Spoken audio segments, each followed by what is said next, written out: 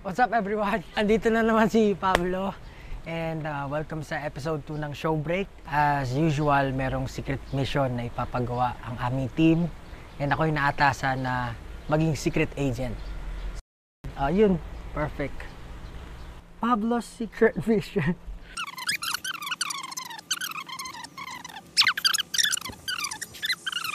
So yung mga need gawin ng members, I think mahirapan ako dito. Si Josh, ayaw niya to.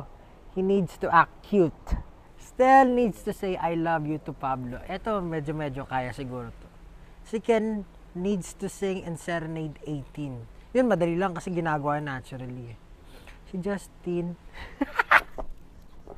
needs to thirst trap on camera.